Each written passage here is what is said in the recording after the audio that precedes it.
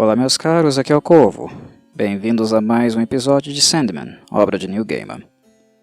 Hoje falaremos sobre o capítulo Uma Esperança no Inferno. E como o nome já indica, um paradoxo logo se coloca. A apresentação de algo esperançoso, de uma luz no fim do túnel, alguma chama de redenção. E claro, a impossibilidade disso acontecer ou existir em um lugar como o inferno. Esse capítulo, de certo modo, tanto na parte escrita como também na artística, nos remete a referências bem anteriores da literatura referentes ao que o inferno seria. Elas não são completamente bíblicas, mas eu diria que um pouco mais contemporâneas, de obras mais recentes do que, de fato, a Bíblia em si. E eu falo aqui, obviamente, de uma obra que teve uma grande repercussão e influenciou muitas outras que vieram após dela, no que diz respeito à estética, à maneira como se organiza realmente este mundo, lugar que nós podemos chamar de inferno. Falo, é claro, da Divina Comédia, de Dante Alighieri. A parte onde ele descreve o inferno foi muito expressiva no que diz respeito a impactar outras obras literárias que utilizassem esse cenário, este universo, esse mundo diabólico, para ser fonte, base de alguma história ou narrativa. Isso acontece aqui em Sandman também. Neil Gaiman escreve, os cartunistas desenham, mas no fundo é perceptível, é claro, nítido, como eles têm Dante Alighieri na sua mente, na maneira como eles organizam o cenário. Organizam também o comportamento das personagens apresentadas, como a dinâmica naquele espaço se dá. No Dante Alighieri, na Divina Comédia, tem uma frase que é emblemática para que nós pensemos neste capítulo e façamos uma reflexão também a partir do que o Morpheus propõe aqui. Um paradoxo, uma impossibilidade, um fio de esperança que no inferno não pode existir. Na Divina Comédia, uma frase marcante relativa ao inferno se dá justamente nos portões, no momento de entrada. Quando um condenado lá entrar, não há esperança. Na verdade, há a certeza de que lá ele sempre estará. E uma das falas, uma das escritas mais marcantes do Dante Alighieri na obra dele, é justamente a frase: "Deixai aqui toda a esperança, vós que entrais." Ela é muito famosa, né? Creio que eu não preciso falar muito a respeito disso, porque mesmo aqueles que não leram a Divina Comédia já devem ter ouvido essa frase por aí. Deixai aqui toda a esperança, vós que entrais. E quando o Morpheus entra no inferno, ele entra com esperança. E esse é o primeiro impacto. É um impacto notório que nós encontramos aqui neste capítulo. Alguém que possui, na sua essência, algum nível de esperança. Algo que é próprio do sonho, né? Sonhar de olhos fechados ou com os olhos abertos é experimentar algum fio de esperança. Mesmo quando nós sonhamos, o nosso inconsciente procura nos dar algum alento, né? Na medida em que, através do recalque, ele tenta afastar de nós tudo aquilo que possivelmente nos gera algum desprazer. Ele tenta mesclar um pouco essas coisas, né? Embaralhá-las, escondê-las. É próprio do nosso inconsciente trazê-las de volta, porque na mesma dimensão que há o sonho, enquanto algo positivo, né, algo que nos afasta de um desprazer e nos apresenta possibilidades de ter sensações, experiências prazerosas também, há também o pesadelo, né? São duas coisas que não estão necessariamente desassociadas uma da outra, né? Há essa proximidade. Mas, de maneira geral, nós experimentamos as sensações que nós podemos, talvez, interpretá-las ou associá-las a experiências de esperança, né? Experiências de algo prazeroso, algo mais transcendente, divino, e não tanto assim diabólico, relativo às trevas, ao mal-estar e ao sofrimento. O sonho tem ambas as coisas. Então, o Morpheus, no caso aqui, alguém que entra no mundo das sombras, né? Alguém que vai se colocar diante das hordas infernais e estar no mundo onde a esperança não pode entrar, ele tem algo desse mundo. Muitas coisas são familiares a ele, relativas a este mundo, embora mesmo entrando no inferno tenha várias outras coisas que ele não reconhece, né, pelo tempo que ele não visita esse lugar. O que eu acho também notório aqui, porque o sonho, seguindo, né, a lógica de construção de Sandman, ficou aprisionado durante muito tempo, né? Ele esteve longe dos prazeres e desprazeres possivelmente causados pelo mundo onírico. E isso reflete um pouco também na maneira como ele não reconhece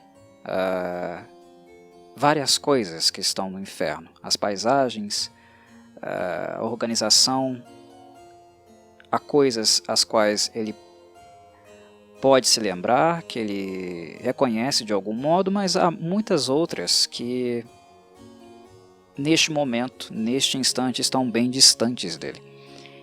Isso é bastante interessante, para dar essa noção de distância, noção de ausência, ausência que de fato ocorreu, né, física e mentalmente, quando nós analisamos, né, o cativeiro, a esterilidade que enfrentou, que viveu o Morpheus. É bem interessante. Mas é próprio que na figura dele exista esse toque, como eu poderia dizer, essa aproximação com as sombras, né? Em virtude do pesadelo, né? Do tormento também ser um elemento do seu feitio, um elemento do seu poder, uma expressão também do que ele é. Mas ao mesmo tempo há a possibilidade, né, de redenção, o encontro com um gozo, né, ou a tentativa de afastar tudo aquilo que é desprazeroso através da experiência onírica, que são os sonhos, né, agradáveis, os sonhos gozosos, digamos assim. Então, ele é algo que pode habitar o inferno, mas algo que também leva consigo esse fio de esperança. Então, deixai aqui toda a esperança vós que entrais é algo aplicável a qualquer outra criatura, humana ou não. Mas com Morpheus não é algo que vai funcionar totalmente. Ele é aquele que pode entrar no inferno, ter elementos de uma esperança e efetivamente usufruir desse elemento. E é justamente o que faz com que ele supere toda a adversidade que ele vai encontrar aqui, visitando as hordas infernais em busca do seu elmo. É essa faísca de esperança que nele habita, né? É bem interessante. Tem um momento também do capítulo onde o Morpheus brinca com um demônio que vigiava o portão do inferno, né? Ele é bastante provocativo na sua apresentação. Ele menciona que tem muitos nomes, né? Eu tenho muitos nomes. Eu fico pensando, tentando refletir o que de fato o Morpheus está querendo dizer com isso, né? O sonho tem muitos nomes? Digamos que o sonho tem muitas formas. Muitas formas. em termos de forma, apresentação, ele é completamente plural. Eu diria que ele é infinito. As experiências de seres vivos, das criaturas, elas são tão únicas e diversas para todos os bilhões, por exemplo, de humanos que existem, que o sonho é algo que de maneira nenhuma se repete para qualquer um deles. É uma situação, né, que nos coloca diante de uma possibilidade infinita de configurações, uma possibilidade infinita de expressões. É até louco pensar sobre isso, né? Sobre esse sentido inesgotável mesmo da experiência onírica. E a forma é inesgotável. Mas é interessante nós percebermos também que quem nomeia essas coisas não é, teoricamente, o Morpheus em si enquanto uma figura antropomórfica. Quem nomeia o sonho é quem sonha, né? Somos nós, os seres vivos. Nós damos nomes às nossas experiências oníricas, ou pelo menos tentamos dar a elas, né? Enquanto elas são minimamente retidas na nossa consciência, que na verdade são apenas, né, resquícios, indícios de algo que aconteceu, algo que nós experienciamos. Mas quando acordamos e tentamos nos lembrar, tentamos recuperar aquelas sensações, pelo menos quando elas são prazerosas, né? Concomitantemente elas vão se esvaindo como areia. As areias da algibeira dele, né? Elas começam a se perder, né? A desaparecer. Mas esse movimento de nomear o sonho é nosso. O movimento de dar cara a ele, sentido a ele, é nosso. E ele é, devido às diferenças, né? O fato de um sonho nunca se repetir e dizer da experiência individual de todos os seres vivos, dessa infinitude, ele nunca se repete. Então os nomes, né, as tentativas de dar sentido ao sonho também são praticamente infinitas. Então, a partir daí, eu creio que eu consigo, talvez, entender um pouco o que ele quer dizer com o fato de ter muitos nomes.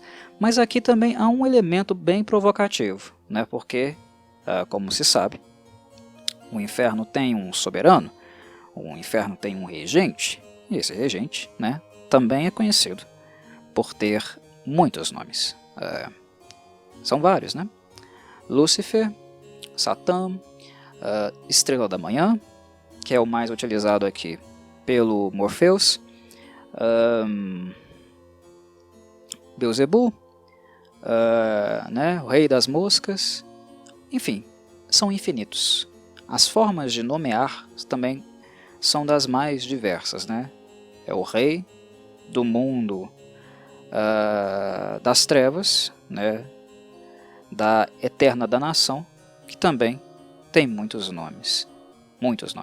Então, o tom é provocativo, completamente provocativo da parte dele, relembrar, né, o demônio no portão do inferno, aquele brutamonte, que ele tem muitos nomes. É um pouco zombador também, mas ele o faz para lembrar, né, o seu caráter de monarca. Morpheus é o rei, né, o soberano do mundo dos sonhos. Então, quando ele fala eu tenho muitos nomes, é uma forma também de se colocar diante daquele demônio como um monarca, né, como uma figura de poder, uma figura expressiva, né, acima da ralé, digamos assim, que o desafia, né, que tenta impedi-lo de entrar na morada dos mortos, dos condenados à danação eterna, né? É bem desafiador, é provocativo, zombador e também, como eu estava dizendo, né, retrata, mesmo que minimamente, essa parte sombria, digamos assim, que há no Morpheus, né? Enfim, quando ele de fato entra no inferno, novamente nós passamos a perceber como esse inferno existe nele o elemento da mutabilidade e como ele também, de certo modo, é bastante organizado. Ele é muito organizado. Ele é um inferno dantesco, de Dante. Muito, muito organizado. Há inclusive menções, né, de círculos, principalmente quando ele finalmente, no caso Morpheus, né, vai entrar em confronto com a figura do Choronzon, né, o demônio, o Duque Infernal, que está com o seu elmo. Em relação à arte do capítulo, ela possui grafismo, né, um grafismo do tormento. Mas, embora a violência, né, a brutalidade, né, o desespero e toda aquela paisagem da perdição não seja algo muito detalhado, pelo menos eu avalio que Sandman é muito, ou pelo menos foi muito econômico nessa parte, é tranquilo, né? Muito mais tranquilo daquilo que nós podemos esperar ou podemos minimamente, sanamente imaginar do que seria o inferno. Sandman é bastante econômico, mas tem um recurso que o Neil Gaiman utiliza, né, que é bastante válido, inclusive compensa um pouco essa parte de não poder apresentar-nos paisagens perturbadoras, que é o fato de constantemente, na medida em que o Morpheus vai passeando, né, pelas paisagens, né, dos círculos infernais, ele vai compensando essa impossibilidade de demonstração gráfica através do texto, descrevendo a todo instante o que o Morpheus pensa, como ele se sente, e as impressões que ele tem em relação àquele lugar. Não é algo assim de outro mundo, não é algo que nós podemos dizer, nossa, como o Neil Gaiman é inteligente, como ele é brilhante por fazer isso. Não é algo assim surreal, fora da caixinha. É algo até previsível. Mas mesmo na previsibilidade, é um recurso bastante interessante. É algo sim inteligente, porque aquilo que nós não podemos expressar com as imagens, perfeitamente nós podemos com as palavras. E as palavras, em certo sentido, às vezes elas têm um poder muito mais significativo, né, maior, do que as imagens em si. Uma palavra pode nos levar a uma série de sensações. Uma expressão, uma frase, pode nos levar a imaginar o mesmo cenário de maneiras também infinitamente diferentes, né, variando de pessoa para pessoa. É um convite, para a nossa imaginação. É bastante interessante. É bastante interessante como esse gesto de reflexão, análise e ponderação constante do Morpheus consegue imergir, nos levar a ter uma certa repugnância, né, a todo aquele cenário e as suas tortuosidades, né, aquelas coisas absurdas que nós pelo menos imaginamos que haja no inferno, né, aquelas que todos que têm um medo profundo, né, de ir para esse lugar de acordo com as suas crenças. O inferno, configurações dele, existem várias crenças diferentes, né? Pelo menos esse estilo, né, esse recurso linguístico do Neil Gaiman, eu creio que ele conecta as pessoas diretamente com essas sensações, embora graficamente ele não possa fazer isso. É uma forma interessante realmente de compensar, e pelo menos eu achei bem interessante. Bem, um outro aspecto interessante. Como Sandman é uma obra que, obviamente, ela tem essa tendência de pegar conceitos, ideias e transformá-los em personagens e pessoas, é esperado que uma obra como essa tenha uma vasta gama de personagens muito únicos, né? E muito também potentes e intensos naquilo que eles representam. Por ora, o sonho, né? O Morpheus, é um deles.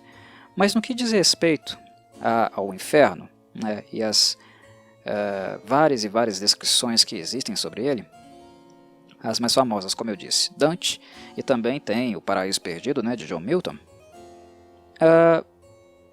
Os autores aqui eles não perdem também a oportunidade de tornar esse ambiente bem plural mesmo. Inclusive, utilizando alguns dos termos, dos muitos nomes, né, que a Estrela da Manhã é conhecida, para desmembrar esses termos, essas nominações em seres diferentes. E aqui isso, de certo modo, né, acaba sendo perceptível no momento em que o Morpheus descobre que o inferno não é mais, né, uma ditadura de rei único. Agora ela é uma ditadura, mas em forma de triunvirato, né? São 3 governantes que estão agora responsáveis por todas as hordas infernais, né? Triunvirato, um governo de 3, mas com os moldes, né, ditatoriais, né, e medonhos, né, como a gente espera que seja. Aqui, no caso, então ele lida com os 3 governantes, né, com o anjo caído, o Lúcifer, com o Beelzebub, o Senhor das Moscas, né, que aqui é medonhamente representado, né, ele é grotesco, e ainda há um terceiro monarca chamado de Azazel, né? E a partir do encontro com eles, e do fato também de Morpheus não saber, entre os milhões de demônios, com quem está o seu elmo, portanto, eles organizam, né, convocam todas as hordas infernais para uma vasta planície, onde então o Morpheus, com a ajuda da sua algibeira, seria capaz de identificar com qual demônio estaria o seu elmo. O que ele de fato acontece, né? Ele é capaz de fazer, isso acontece de fato, e assim ele identifica, né, o demônio Choronzon como aquele possuidor da sua ferramenta, do seu elmo. E bem, tem um aspecto interessante aqui também, que remete a algumas coisas que eu já falei inclusive, que é aquele momento onde o Morpheus está observando as hordas. Ele olha para a vasta planície e reconhece muitos rostos ali. E isso é interessante, porque nos leva a perguntar, ora, se o Morpheus se ele não pertence a este mundo, né, se ele já esteve lá, isso lhe deixa claro, mas se ele não pertence a este mundo, como então ele pode reconhecer tantos rostos demoníacos assim? Isso nos leva àquela questão que eu estava colocando anteriormente, né, sobre o sonho ter essa balança, né, entre o bem e o mal, né, o positivo e o negativo, ao sonho gozoso, né, e ao sonho do tormento, né, o pesadelo, propriamente dito. Quando o Morpheus se encontra com o anjo caído, ele novamente faz um convite, né, na verdade um convite à submissão, submeter o seu reino, né, o seu enfraquecido reino dos sonhos, às hordas infernais, ao inferno, né, uma união entre eles. E isso já dava uma ideia de proximidade, de que esses reinos possivelmente se avizinham de alguma forma, né? O que de fato procede. No âmbito do pesadelo, no âmbito do tormento, esses reinos se avizinham, né? Como nós vimos em capítulos anteriores, principalmente no primeiro capítulo de Sandman, né? O inferno é algo muito possível de se experimentar a nível onírico. Então, não é tão estranho assim quando o Morpheus menciona, né, que ele já havia estado ou visto muitos daqueles demônios, né, anteriormente também no mundo dos sonhos, né, do pesadelo no caso. Isso dá essa noção de proximidade entre Morpheus e o sonho do inferno, né, de como essas duas coisas podem perfeitamente se tocar. Mas o convite à união e à submissão é algo que o Morpheus declinou no passado e ele volta a declinar aqui, né? E a razão para isso também é bastante simples, né? Porque o sonho em si, tudo o que é onírico, não é, por natureza, apenas tormento. Existe na base conceitual daquilo que é onírico a possibilidade de algo diverso, de algo plural e de algo que aponta, como eu havia mencionado, para a esperança também, né? Na medida em que ele se une ao inferno, se porventura ele aceitasse esse convite, o sonho, né, enquanto um reino, e o sonho enquanto esse ser que o Morpheus é, se perderia completamente. Ele deixaria de ser ele mesmo, né? Então, nós devemos certamente pensar nessa postura do Morpheus como algo que preza por uma essência equilibrada, né, por algo balanceado, mas ao mesmo tempo por manutenção da própria natureza do sonhar, né?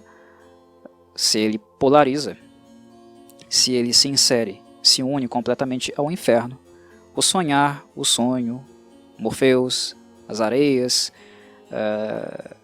do sonho perdem totalmente a sua natureza. Elas passam a ser outra coisa. Na verdade, elas passam a ser apenas um reduto do inferno e não mais aquilo que nós reconhecemos, né, que essas coisas sejam. Muito bem. Para finalizar, né, para fechar o tópico, nós temos lá, né, o confronto com o Chorozon, que conseguiu, né, o elmo, o capacete do Morpheus, segundo ele, né, com um mortal e por uma bagatela. Ele diz que conseguiu o elmo legalmente e que se o Morpheus quer, no caso, retirá-lo dali, recobrar a sua posse, ele teria que fazê-lo segundo os termos do inferno, né? Visto que o Chorozon, no caso, não quebrou nenhuma lei. E, embora seja algo arriscado, pois perder uma aposta no inferno, assim como vender a sua alma, fazer um trato com o demônio, implica em escravidão eterna, né? Eterna nos poços infernais, né? Sofrimento, tortura eternas, né? Ser trucidado eternamente e reviver eternamente para ser trucidado de novo, é algo arriscado. Algo bem arriscado. Mas é interessante como o Morpheus não arreda o pé, né? Como ele se nega a arredar o pé. Ele vai até o fim, né? Ele paga para ver.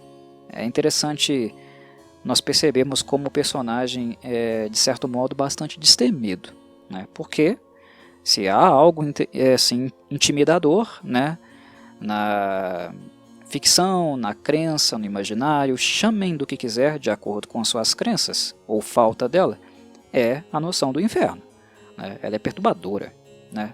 Ficção ou realidade, dependendo de quem acredita ou não nisso, é perturbador, muito perturbador.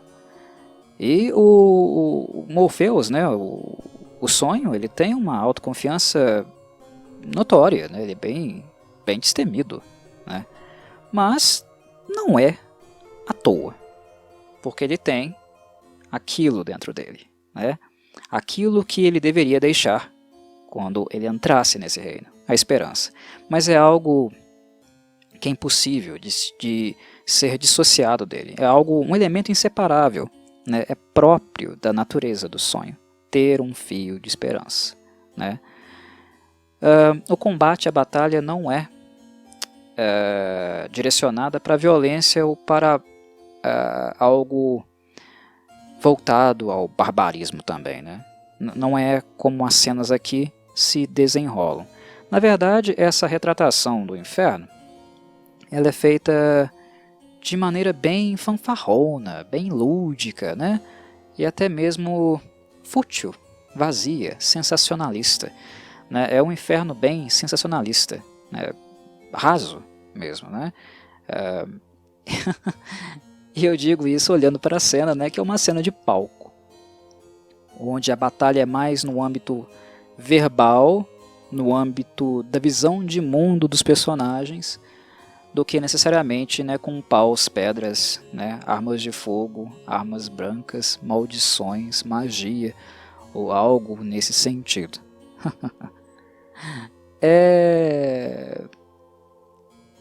O Chorazon, ele enfrenta o Morpheus bem nos moldes de um programa de palco, de TV aberta mesmo. E eu diria até que em TVs fechadas hoje em dia, né? Elas não estão com uma qualidade muito alta assim. Mas é bem no molde de um programa sensacionalista. O debate, o jogo entre eles é verbal, com uma plateia assistindo e torcendo, né, para a desgraça daqueles que estão ali no palco, né, nesses programas medíocres, né, de baixa qualidade, de gosto duvidoso, né?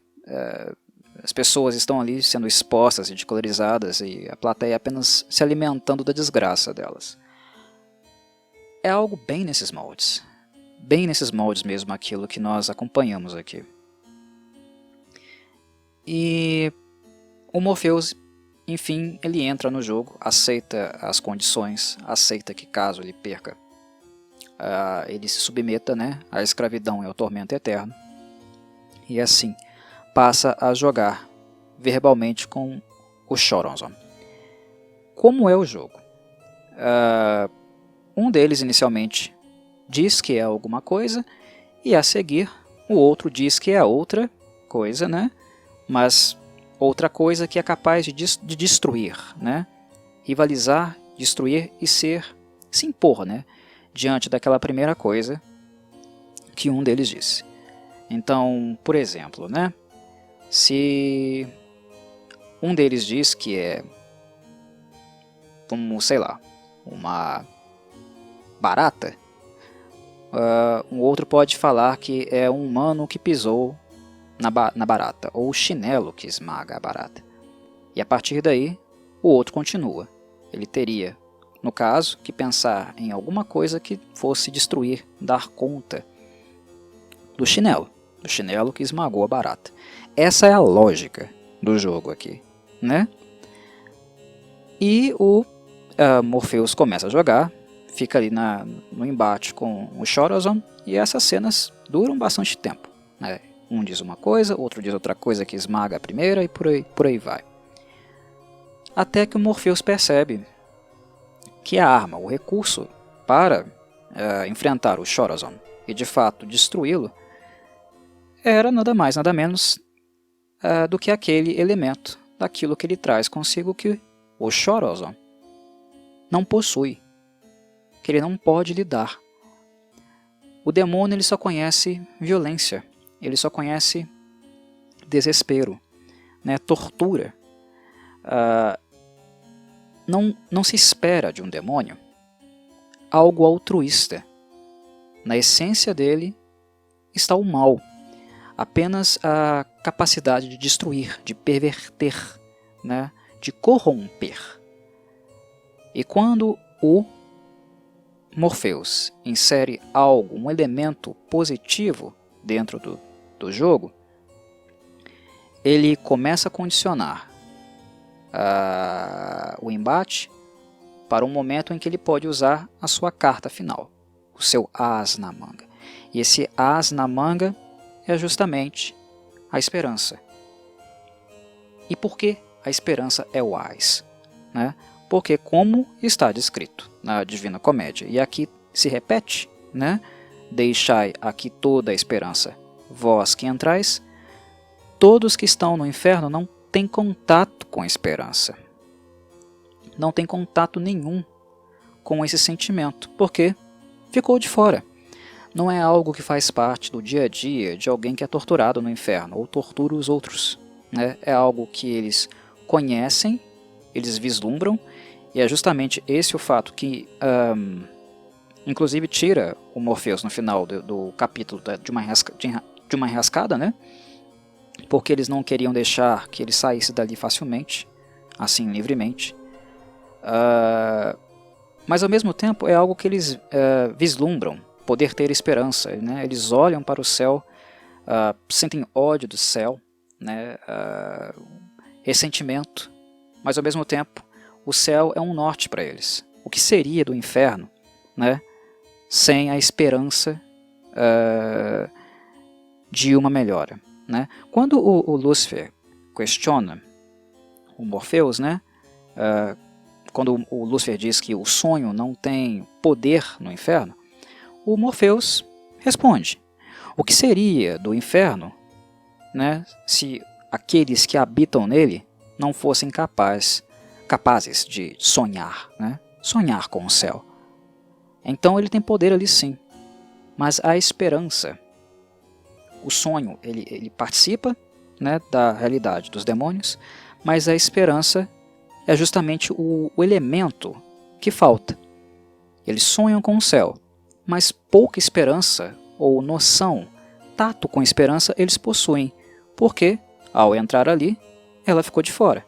Deixai aqui toda a esperança, vós que entrais.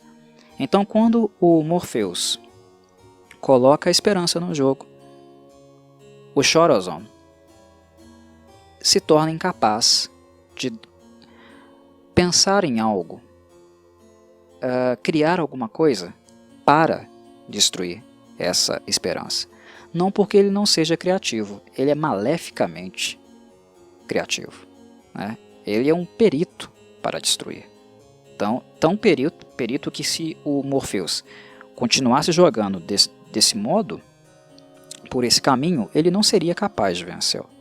Mas quando ele coloca a esperança, um elemento construtivo, o qual ele não conhece, que é o espelho daquilo que mais falta no Chorazon, ele se perde.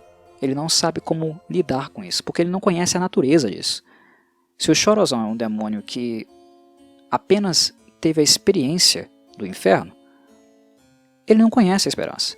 E mesmo se ele tivesse sido humano, se algum dia ele foi humano e se tornou um demônio depois, a esperança ficou do lado de fora. Ele se esqueceu completamente dela. Ele não consegue lidar com isso, né? E é aí que o Morpheus consegue o seu elmo de volta. Mas enfim, são esses os elementos mais marcantes do capítulo, pelo menos aqueles que eu percebo, né? Tenho essa impressão de que sejam esses elementos. São esses também as reflexões que eu faço aqui ao vivo, né? Pensando sobre eles após a leitura. E espero que vocês tenham apreciado mais uma vez esse movimento de reflexão que essa obra, em particular, Sandman, é capaz de nos proporcionar. Um abraço a todos e saudações, Corvides.